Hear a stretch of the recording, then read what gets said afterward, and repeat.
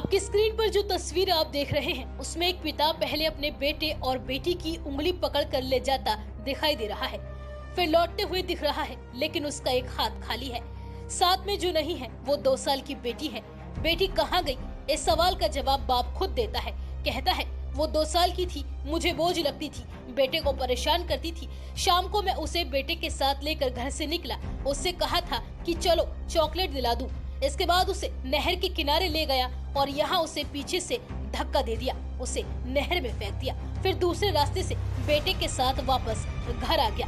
हाँ, मुझे तरस आया था, लेकिन क्राइम स्पॉट पर खड़े बाप ने जब यह सब कुछ बताया तो पुलिस वाले भी दंग रह गए।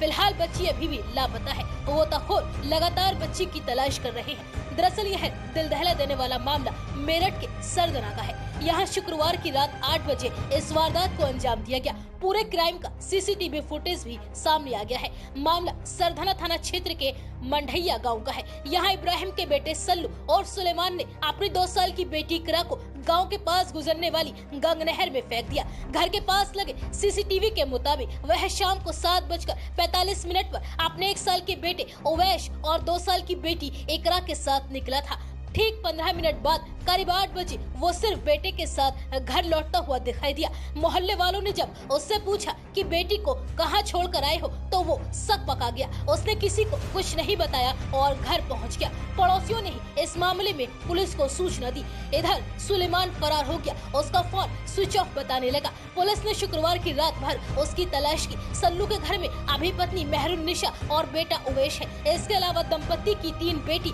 इल्मा, इकरा और अलीना थे। पड़ोसी बताते हैं कि 2 साल पहले जब इल्मा 4 साल और अलीना 3 महीने की थी तब दोनों की संदिग्ध हालत में मौत हो गई थी। शनिवार को पुलिस ने आरोपी सल्लू को हिरासत में लेकर उससे पूछताछ की। इधर सीसीटीवी फुटेज खंगाले गए जिसमें वह बेटी को नहर की तरफ ले जाता हुआ दिखाई दिया। पहले तो सुलेमान कुछ भी बताने से इनकार करता रहा, लेकिन सख्ती के बाद वह पूरी तरह से टूट गया। सल्लू ने बताया कि उसने बेटी को गंग नहर में फेंका है।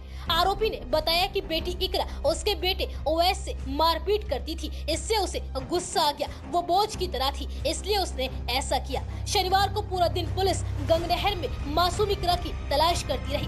रविवार को पुलिस आरोपी सल्लू को लेकर क्राइम स्पॉट पर पहुंची। यहाँ क्राइम सीन दोहराया गया। इस दौरान सुलेमान ने बताया कि कैसे उसने मासूम इकरा को नहर में फेंका था। इस दौरान इकरा को भनक तक नहीं लग सकी कि उसका पिता उसके साथ ऐसा कुछ करने वाला है।